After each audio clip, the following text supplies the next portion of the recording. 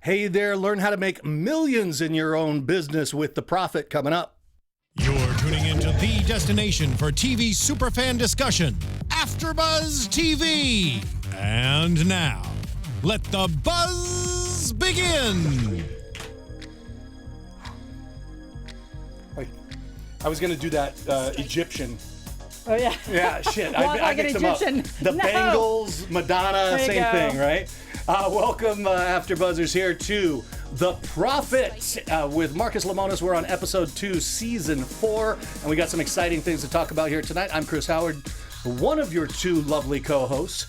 And you can reach me throughout the episode at Chris Howard Live on Twitter and Instagram, as well as at legendarylivingdaily.com for daily tips, entrepreneurial stuff, all sorts of fun stuff. Make sure to go there and download that. Now, over to the one, the only, Katerina Cozias. Hey, everyone. Welcome, welcome. You can find me on Twitter at Cozias Katerina.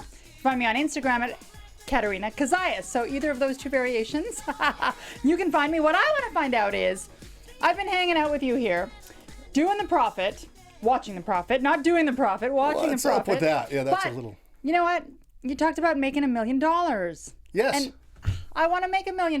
You do. You're in the right place. So thank you for tuning in with us, because we're going to try and figure out how. How to make $1 million? Well, we are looking at a business tonight that's $1 million business. Yes. They're turning $1 million a year. They did about 900,000 gross revenue the year before. Fashion retail sales, which is why we started with Vogue. Yeah, there was a reason. There's a method to our madness. We don't just put Madonna on like that for nothing. I mean, there's a science to this type of thing. Absolutely. What did you think of the episode? Well, I thought it was a great episode. I always liked The Profit. It was a little weird, though, because at the end, it looked like there was another episode coming up, and I wasn't privy to what was happening. So they might have had 2 episodes back to back. We got to figure out what, and they didn't coordinate with it. They didn't ask us. They didn't let us know. Yeah.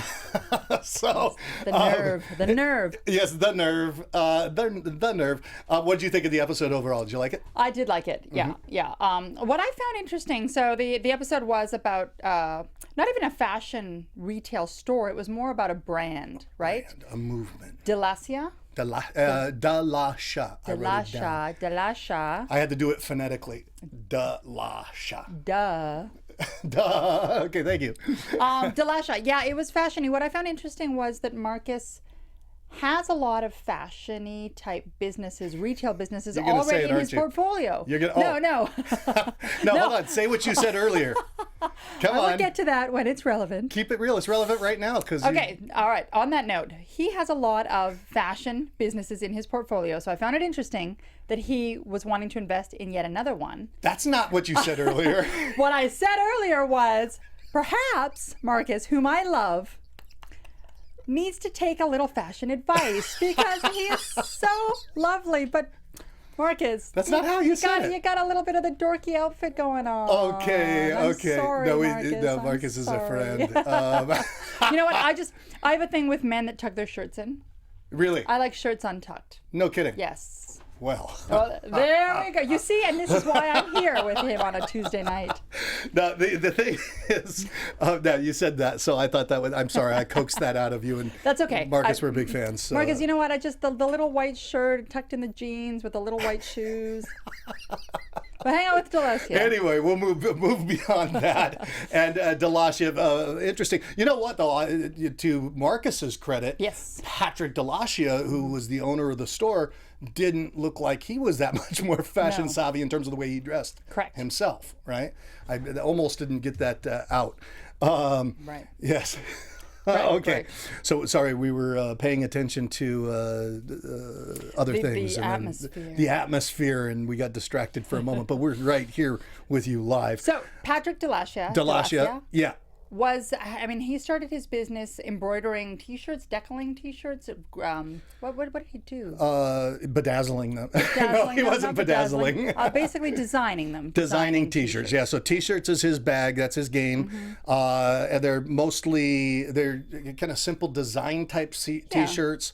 He has a contract, some sort of a licensure agreement with TMZ, which is pretty exciting. That's pretty big. That's pretty big. If you're licensing all of TMZ's stuff, yeah. Yeah. So the way they do, the people go through a web portal. They'll click online and they can go straight through from TMZ to buy the TMZ T-shirts. And Patrick Dilascia is the guy who makes those. So that's a pretty big connection to have. And he's also pretty well set up with retailers like Nordstrom's and Barney's. Barney's must be an East Coast thing, yeah? Barney's East Coast, and also Kitson, which closed. Right. Kitson was 30% of his business. Which so they took a hit in is 2016. huge. And let's talk about that for a second. So they did take a hit. It was 30% of the business. It was roughly $300,000 that was coming in. And well, their revenues have been up and down for a few years, but roughly 30% of the business. What does that tell you, Katerina Cozias? What does that tell you about having multiple streams of revenue? And the necessity for it. That there is a necessity for it. Thank you. We are so profound here at AfterBuzz. Yeah, but no, seriously, if you lose one account and your business screwed. gets hit by 30%, that's a lot. So Right. you really, I think Marcus identified right away that we need to branch out, open this up, and become a wholesaler to a lot more retailers. Than he was just doing. Somewhere, and I don't remember where I got this information. Like I've been around for 46 years, so things just kind of, it's like, what? Where'd that come from? But I read someplace that when Coca-Cola decided that their customers weren't the end users, they weren't the people that drank Coca-Cola, it was rather the distributors, their sales multiplied infinitely overnight, because they began to really focus differently in terms of all the marketing efforts and whatnot. And I mean, obviously, if you collect distributors rather than collecting end users, I mean, that's an entirely different platform that you're playing on, which essentially is what they really needed to do, not relying on one or two birds in the hand. What do they say? Bird of a hand and the feather flocks together. No, in that's a bush. Two birds in the hand is worth one in the bush. Two birds in the hand is worth one in the bush. That comes from the heavens up above. There should be heavenly music. A bird in the hand is worth two in the bush. Okay. A bird in the hand is worth two in the bush. But you're correct. Yeah. Do you have any heavenly music to go with your voice? We have too much fun here at AfterBuzz. But thank you. Yeah, no. Yes, that's a exactly bird in correct. the bush is worth two friends flocking.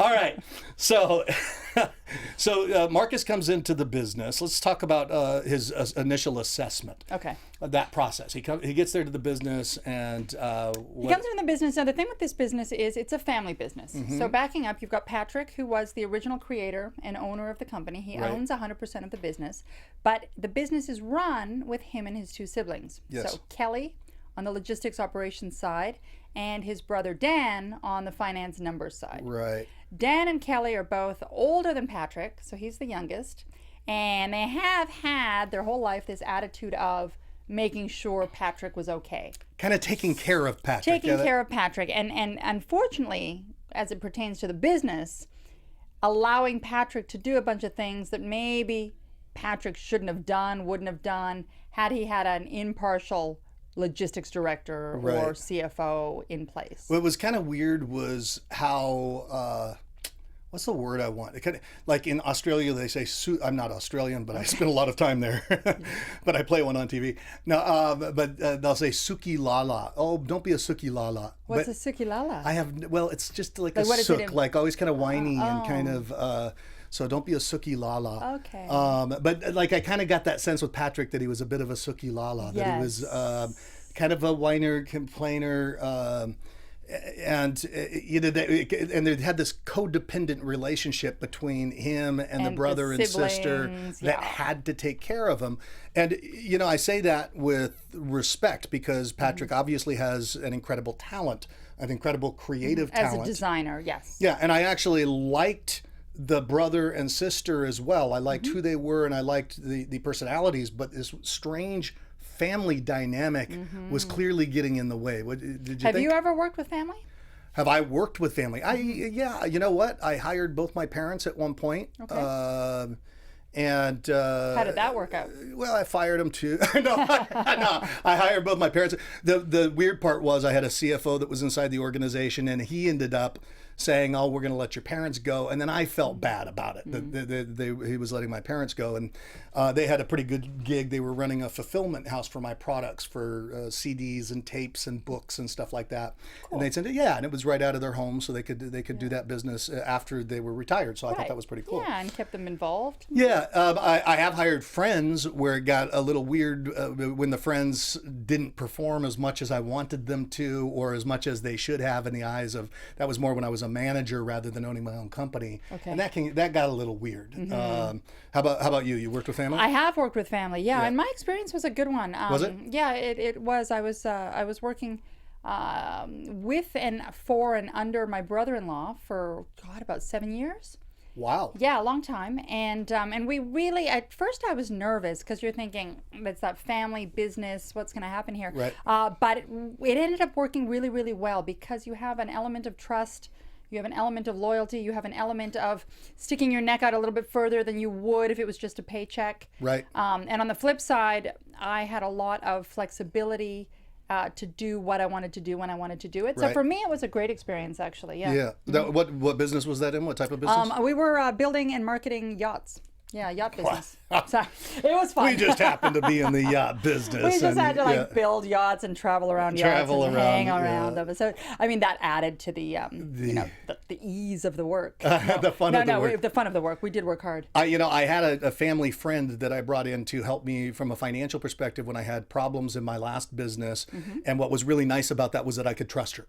So as you had mentioned, there's a certain amount of trust that's there. And, when all hell was breaking loose in the business, I knew that she had my back. Right. And you could see that in this episode. You could see that all three siblings had each other's backs. Now, what they didn't have was a growing business. So in 2014, sales were about $1 million.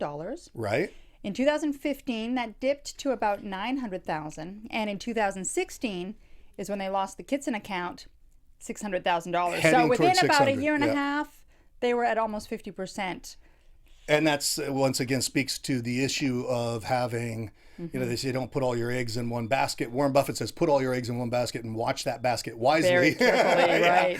But, even within that one basket, you need to delineate the eggs and have them in different places. And so, or have different flows into the basket. And I think that was really the problem is they didn't have enough flows into the basket. They didn't have enough brand extensions in the market. And that's when they called Marcus. They call Marcus in. He comes in, and I think for me, the biggest issues that he had to deal with in this, I want to say, are the people issues. Obviously, there were other things that happened to the episode as well, but I think that the relationships were so dysfunctional that if the relationships didn't change, nothing was going to change. Well, I think what needed to change the most, though, was Patrick, because he seemed very inflexible to change. Right. And this was a concern that was voiced by his brother and sister, was they had ideas, they were pushing him to do things, and he just was refusing to do them. So how important is a willingness to pivot and to change when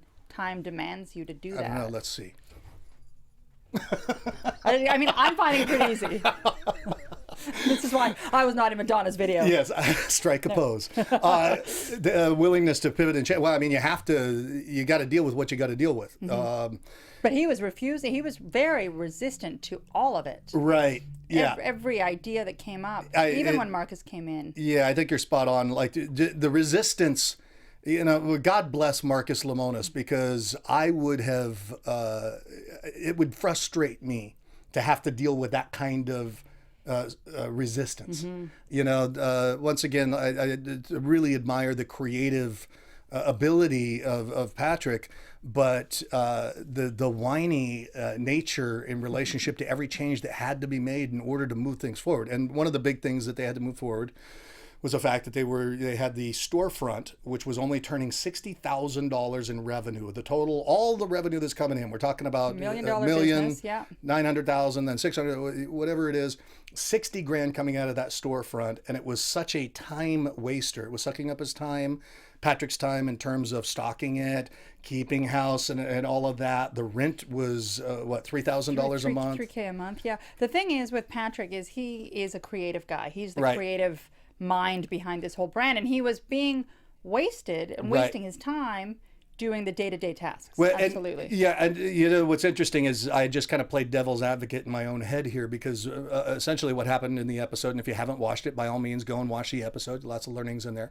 But essentially what happened in the episode was Marcus found Patrick another place where he could do his design work and whatnot, and it was only $650 in rent. He wouldn't have his own storefront, but they would find multiple distributors in the marketplace. Right. And for me, I just played devil's advocate. It's kind of like, as a creative person, you do want to have a space that fosters the creativity as well. Now, Marcus brought Patrick over to what's the name of the store? It's his other store. B. It's Oh yes, in I'm gonna Greenwich, find in it. Connecticut. Yes, it's going to come. Courage B. Courage B. So it's another clothing store that Marcus has a stake in, and they went over to Courage B and found a room there where he could do his design work and that type of thing. Or did they actually do it on site? They found that room Or they that just was in downtown discussed it? Los Angeles. Okay, I apologize. So But they they were went- saying they just used Right. it as an example. Sure.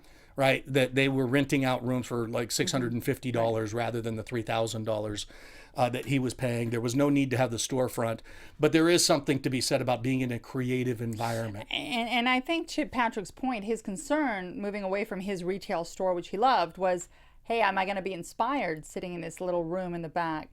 Right. And Marcus's argument was, well, yes, because you won't be distracted. Yeah, because you're going to be doing work. Okay, so I had misinterpreted that. I thought he Yeah. was going over to the ladies' place, but Right. wasn't so. In any case, let's see. What did you think of the initial split of the product? 35% menswear, 45% kids, and only 20% women, even though most retail businesses that do work in fashion, if they have a split, have at least 50% being women items. Right. So we're looking he was at low there. Yeah, exactly. So we had 20% women, and so he was missing a large portion of the marketplace. I mean, there's always the argument to be made that niche markets, at least you take that big cross section of that niche. But I think Marcus was spot on in his call in terms of pointing that out, that they had so little women's wear, and if they wanted big retailers to be their distributors, they were going to have to move into And the thing with bringing women's wear in. women's wear is it also comes usually with a higher price point Yep. and higher margins. Yes. And higher bundled purchases, he said, by adding in other You types get of a clothing. hoodie, you get a t-shirt, you may add the shorts, The hoodie. the hoodie. What'd you think of the new hoodie design? I'm kind of up in the air about that. I think what they did, because originally he had the design with the zipper over the top of the head. I thought, I, like Marcus, had the notion that, hey, it's good that he's being creative because you want those Something juices to different, flow. sure. I don't know that anybody would buy that. I think they ended up removing the zipper on the hoodie, didn't they? Yeah, so think they did. They only had the zipper, so they had the zippers, so it was the a hoodie on the sleeves, sleeve, so you detachable. could detach them. There's a higher level of perceived value with that, and maybe even real value. I liked it. I certainly liked what Marcus was able to do in terms of adding life to other areas of the brand rather than just t-shirts, because originally Patrick was selling only t-shirts, and the average price of a t-shirt, $15. He said that the aggregate purchase per person was about $58, I think. 58. Yeah, about $58 because of the fact, average order about $58, whereas when they added more items, it should go up to, the average order per person should go up to about $110. Right, so almost doubling the average order Yeah. by offering additional product line or products. Products. The product products. Yeah, I thought so. That's obviously a great idea. The other thing that really stood out to me was the inventory.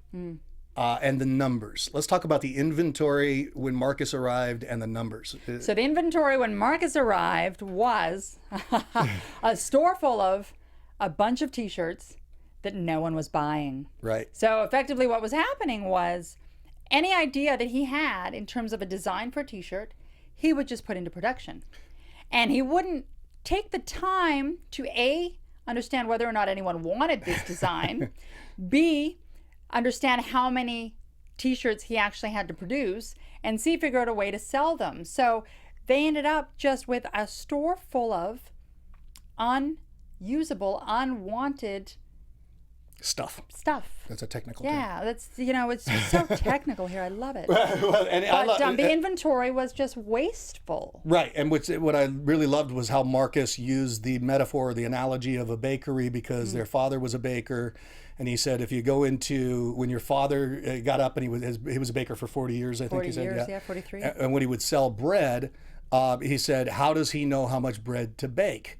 And they said, well, it's because there were orders that were put in for the bread, and so he knows he knows his numbers, so he knows how much bread to bake, because the worst thing that could happen inside of a business like that, a food business or any type of restaurant business, is waste. Right. And he said, just as you could have a loaf of bread that could go bad and be wasteful, you've got all this waste. He made that correlation to the T-shirts, and I think that's when the light bulb kind of clicked for Patrick. Yeah. What I found interesting, though, was he had all three siblings in the room, and he asked them, what are the numbers? What is the cost on this? What are you turning over? What are your numbers? Not one of them could answer him. Yeah, see, so wow, you're in business and you don't know your own numbers? Well, it's fascinating. I mean, I remember when I first launched my last business, it was in 2002, and my business partner did the same thing. I mean, he drilled me on. He's like, "What are the numbers? How much is this? How much is that? How much is this?" And I was just peppered and kind of off balance. I didn't know at the time. Now I know a lot better. That now you gotta know you right. don't. And Marcus made the point. He said, if you don't know your numbers, you don't know your business. You don't know how to do your projections. You don't know how to. You can't analyze. Forecast cash flow. You can't know what to get rid of. You can't know what's selling versus what's not. You can't even figure out what your profit margin is. Right. You can't figure anything out without knowing the numbers. They to their credit, they did know the overall numbers. I was kind of surprised that they spit those out so early. At least, what are these numbers? They knew those, but they didn't know it at a lower. Lower level of detail. Now, do you find that reckless? T-shirt sales. Do I find it reckless? Yes. Yeah, totally reckless. And sometimes it's not. It's what you don't know that does you in. And they just didn't have the knowledge that they needed to have that knowledge. And Dan, who was in charge of finances, the older brother, was enabling, and that's the point that Marcus had pointed out. He said, you're both enabling Patrick. In your attempt to be supportive. Right. You're enabling him to run the business into the ground. Yeah. There was a kind of a strange thing, because their mother had given them $300,000 when she had passed away a few years ago, yeah. Right. They each got a third. But what I didn't get in the family dynamic was, why was the mother always saying, "Oh, I'm so glad that you two take care of your brother"? I think it's a motherly thing when you've got the youngest baby at home, and he's the youngest one, that you just always ask the older kids to take care of him. But then why also was the older brother and older sister working for free at the store? Because they are taking care of the little brother. And why is he the only one getting paid? And why does he own 100% and they own nothing? So he owned 100%. They owned nothing. They were working for free. They hadn't been paid in 6 months. Right. Marcus comes in with an offer. Yeah. For 50% of the business. Which was surprising. Because he usually doesn't go in that heavy. Well, that heavy, but also he's usually not a fan of 50-50 partnerships. Right. Somebody's got to have the controlling interest to be the decision maker, but the stipulation was that he's totally in control. I guess that goes on for a lifetime. I didn't know if that was indefinite or if that had some sort of a timeline on it. In these episodes. If I had Marcus walk into my business with an offer to become partners with him taking most of the control, I would say okay. Just that easily? Yes, because if I were the creative person, I wouldn't want the operating control anyway. Really? No. No kidding. No. God, want to get into business? I'd want to just like play around with my pink fabric. Yeah. And, That's great. yeah. All right. So go on. So he offered $200,000 for 50% of the business. Yeah. With a stipulation that over time, his portion would drop to 40%, Marcus's. I don't think it was over time. I think he was giving it to him right away.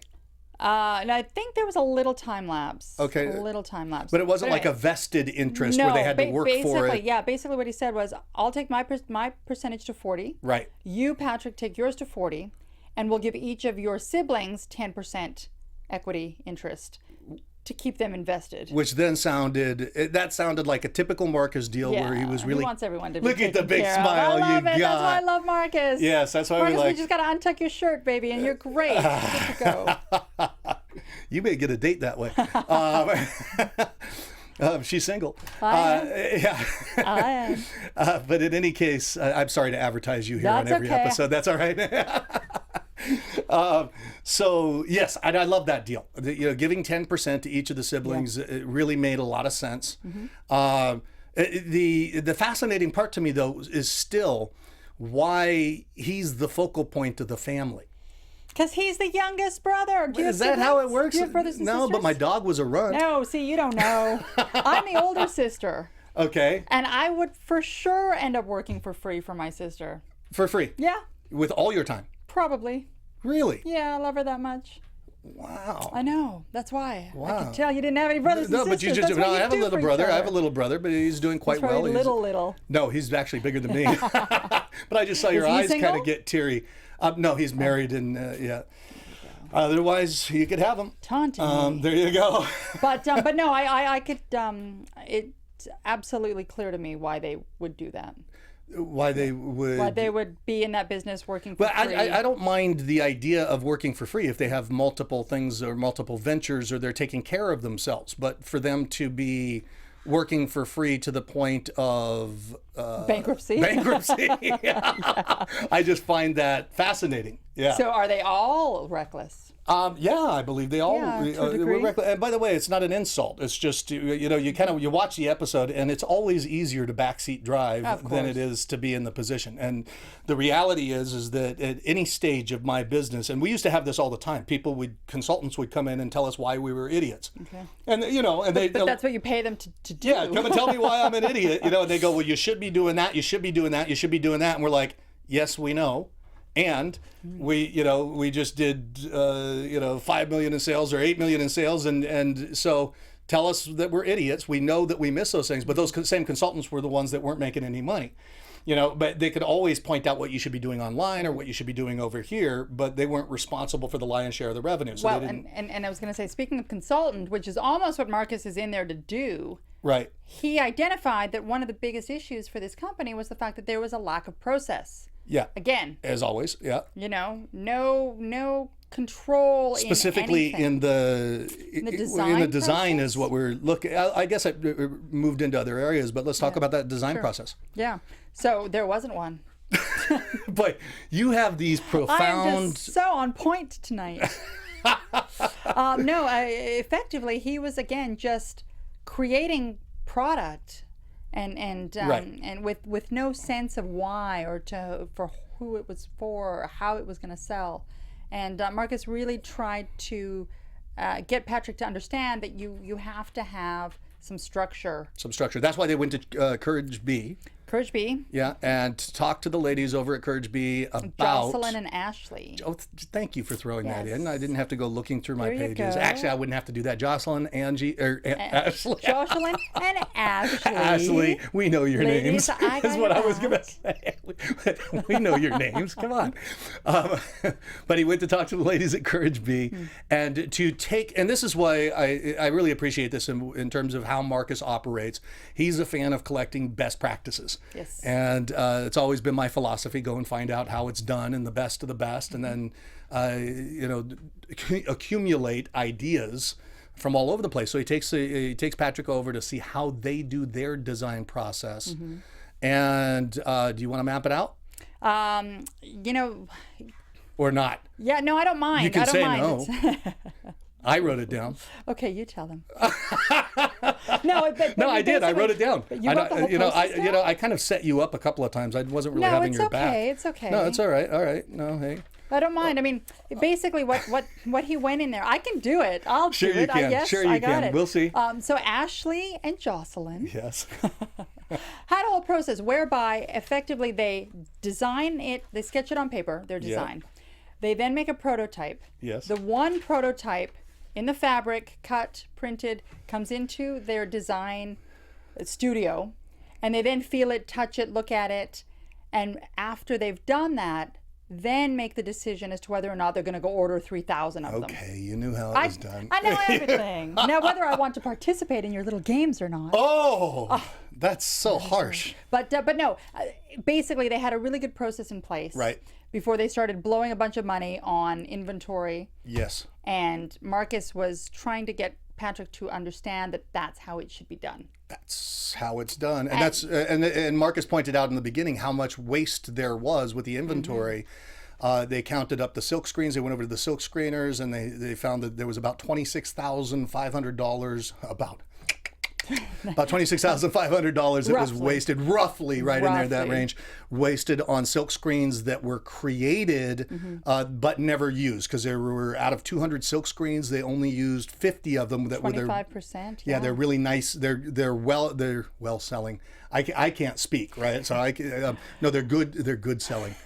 Their best selling T-shirts were encompassed with it. Yes, it is very late. So if you're watching us in the morning, it's not our fault. But there were 50 T-shirts that were selling well, and there were 200 print designs. Right. Yeah. So effectively, the process was broken. Yeah, I'm saying they had more shit than they needed. Yes. let's just get real. But so they had that, but in addition, they had wasted money on the creation of the T-shirts and the storage of the T-shirts. So all in all, Marcus found that there was probably about $50,000 worth of wasted activity there in creation. When they dug through the store, they threw it away. It's like the bad bread at the bakery that had been it wasn't being eaten, had gone bad. And this is not unusual for him to go and throw out what's not working. Right. Focus on what is. I went on that tirade of thought, and I have no idea why. It's relevant for the episode, right? We were talking about the process. The process. Oh, so then what they could do, but knowing what's not selling, they can then focus on creating more of what's selling, right?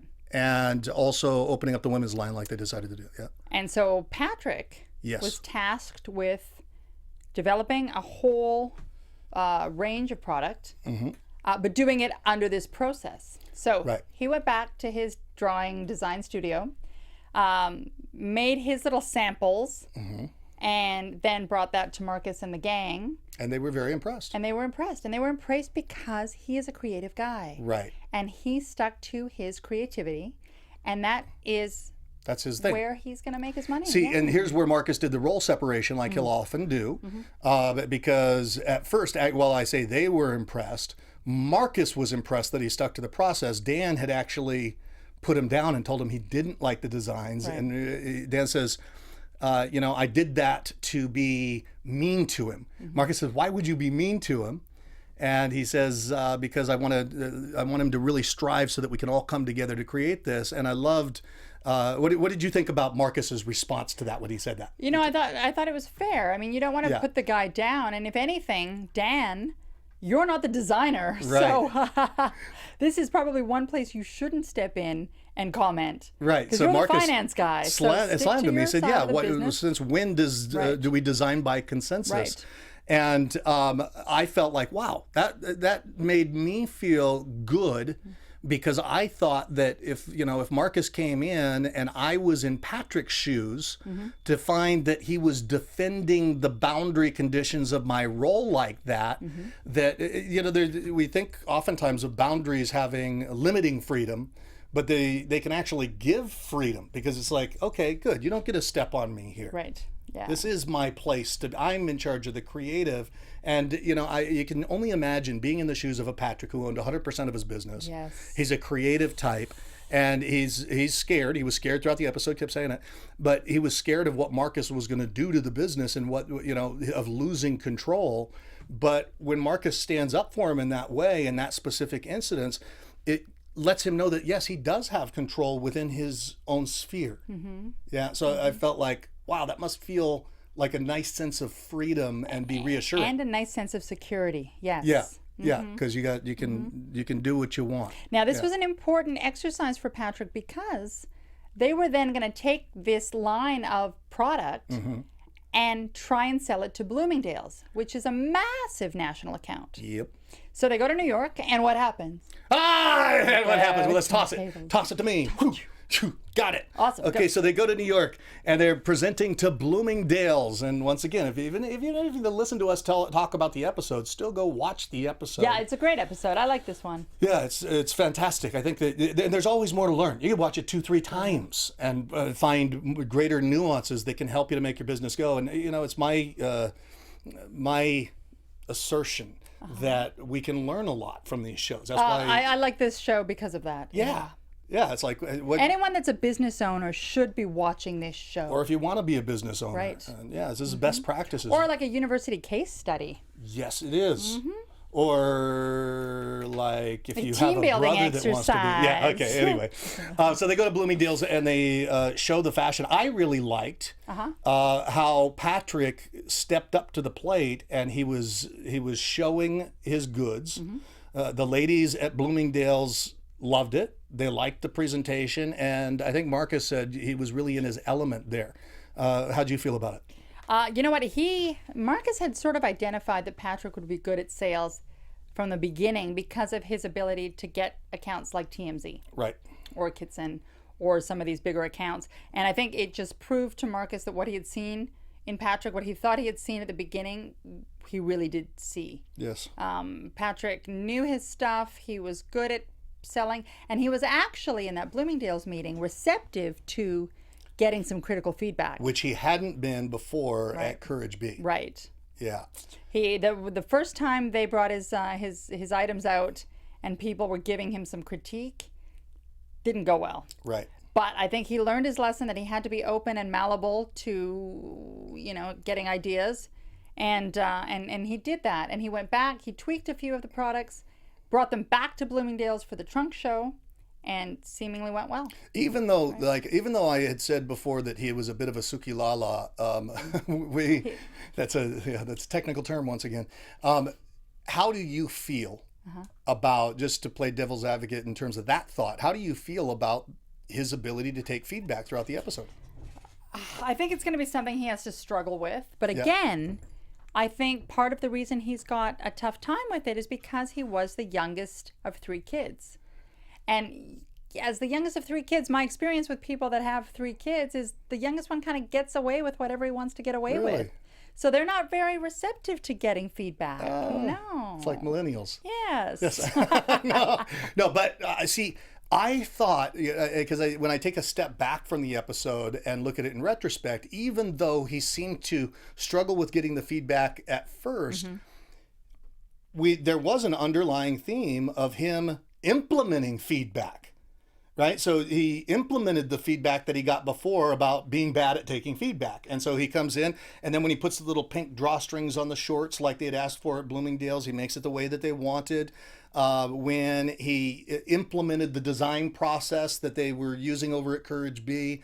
So what's fascinating about that is that typically people that are bad at taking feedback, because I train speakers and presenters, I've trained them for years, and there's the people that are bad at taking feedback aren't usually the ones that are implementing the feedback you give. But what was interesting, he struggled with taking the feedback, but then he would go and he would implement the feedback.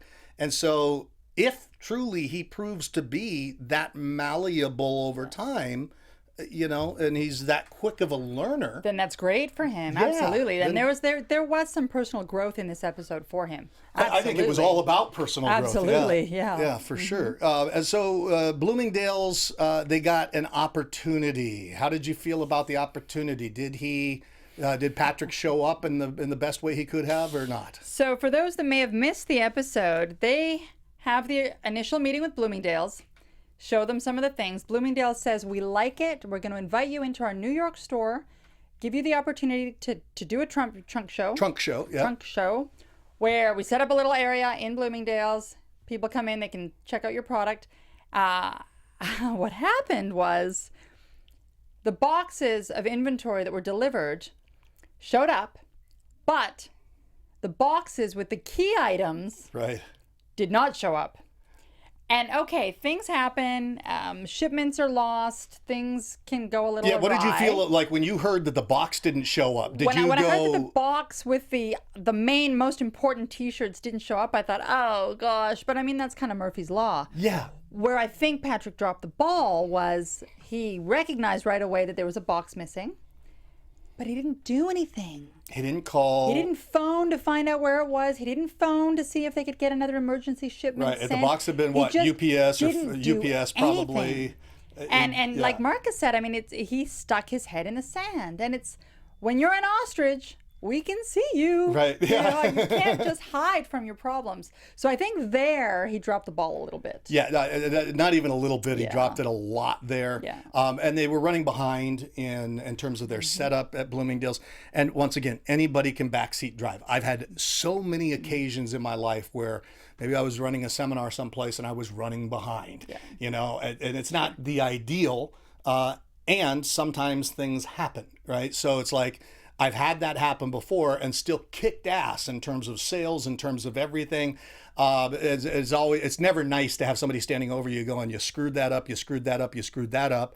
But sometimes it's necessary for people to get their shit together. Mm-hmm. And so I think in this case, you know. Do you think he'll learn from that opportunity too? See, because he was so good at implementing the feedback from in the other occasions, I think that he is malleable and moldable, as you said. Mm-hmm. I think that he can learn from that as long as he wasn't just putting on a show for TV. Well, and that was part of my question when I was watching this is, can creative people be problem solvers? Oh, well, that's how you solve problems. Creatively. So profound. Yeah, there you go. I think Einstein said... I was a little bit disappointed with his sister I was going to give Kelly. an Einstein quote. I'm sorry, go ahead. You stepped right over... I mean, it's you or Einstein. You know what? I'm a little bit more important than you are. Come on, we know it's that. Not me. We have it's established Einstein. that. Damn it. Go ahead. Einstein said that all of our problems are problems of imagination and all of our solutions are solutions of imagination. And he was a creative dude. I'm imagining myself into a $30 million net worth. Okay, So- yeah. Really, are you riding on the tip of a beam of light at the speed of Yes, light? with lavender that's how- energy fueling into me. Okay. Creative imaginationally. There you go. Shoo. But Yeah. no, he has a point. I guess imagination is Who, very Einstein? important. Yeah, he's got maybe, You know that maybe. guy, Einstein. Yeah. But he didn't sell T-shirts. No. So, He I was just a had to little throw you for a busy. loop. E equals MC squaring. Right. So we got 4 minutes here with All the right. top of the. But what did you? Back to yeah, let's wrap up close it the Bloomingdale's. The shipment got lost. Shipping Part lost. of my issue was the fact that his sister Kelly, who is again director of logistics, she also didn't make a call. That's So you got a that's why point. I kind of point my finger there because Right. again, he's the creative guy. He's busy setting up his storefront, setting up the display. Where was she to make the call? Yeah, it's spot on. So for me, in that instant, Kelly kind of dropped the ball. Yes, yeah, I think you're 100% right. Yeah. And it's interesting. I mean, ultimately, the bottom. If he's the owner of the company, he's got what 40%. The buck stops with him. Anything, he's the captain of the ship. Anything that goes wrong, he's ultimately responsible for. And you're 100% right. So it might have been appropriate for him, her, to have been brought into the conversation with Marcus. Speaking of being brought in, what'd you think of them bringing his dad in at the end? Oh, see, look at that. There's the heart. There's the heart. Oh. So Marcus flies his dad in to the Bloomingdale trunk show, and his dad, the baker, they had lost their mother, but still a family business. And I thought it was very heartwarming. It was very neat. And you saw the love between all four of them. I Yeah. thought it was great that that the dad was there to see what his son has accomplished. Right. You know, the son left home, left upstate New York for Los Angeles years ago, Yeah. and has managed to build $1 million business that is recognizable. Did you know this brand before? I didn't. Did you? See, I did. Yes. Really? Yes. Yes. Okay. I have seen that logo before. Okay. Yeah, I didn't recognize the logo, but I thought it was a heartwarming episode. Yes. It reminded me, it should have been Christmas time. Yeah. You know, it's like We were you so know, warm and fuzzy. Yeah, you watch The Bishop's Wife, It's a Wonderful Life, Right, and and this episode of The Prophet. lots, yeah. Right, that's beautiful. So with that, let's wrap the top of the hour. We're going to be back next week after Buzzers with The Prophet, the same time. Same channel, you know where to find us. Yes. But where can we find you? Hit us up. Katerina? Let us know what you thought of the episode. Yes. You can gab with Engage. me on Twitter at Cozias Katerina. Yes, absolutely. Do gab with her, and do hit us up on not only Twitter. Make sure to go to iTunes and download the podcast of these episodes. You can get them intravenously fed to you. You can also reach out to me at Chris Howard Live on both Twitter and Instagram. You can go to my YouTube channel, legendarylivingtv.com, and also go to legendarylivingdaily.com for daily motivation, inspiration, entrepreneurial tips. And with that, on behalf of AfterBuzz TV, we are your Prophet crew. We are. We'll see you next week. From executive producers Maria Menounos, Kevin Undergaro, Phil Svitek, and the entire AfterBuzz TV staff, we would like to thank you for listening to the AfterBuzz TV network. To watch or listen to other after shows and post comments or questions, be sure to visit AfterBuzzTV.com. I'm Sir Richard Wentworth, and this has been a presentation of AfterBuzz TV. Buzz you later. The views expressed herein are those of the hosts only and do not necessarily reflect the views of AfterBuzz TV or its owners or principals.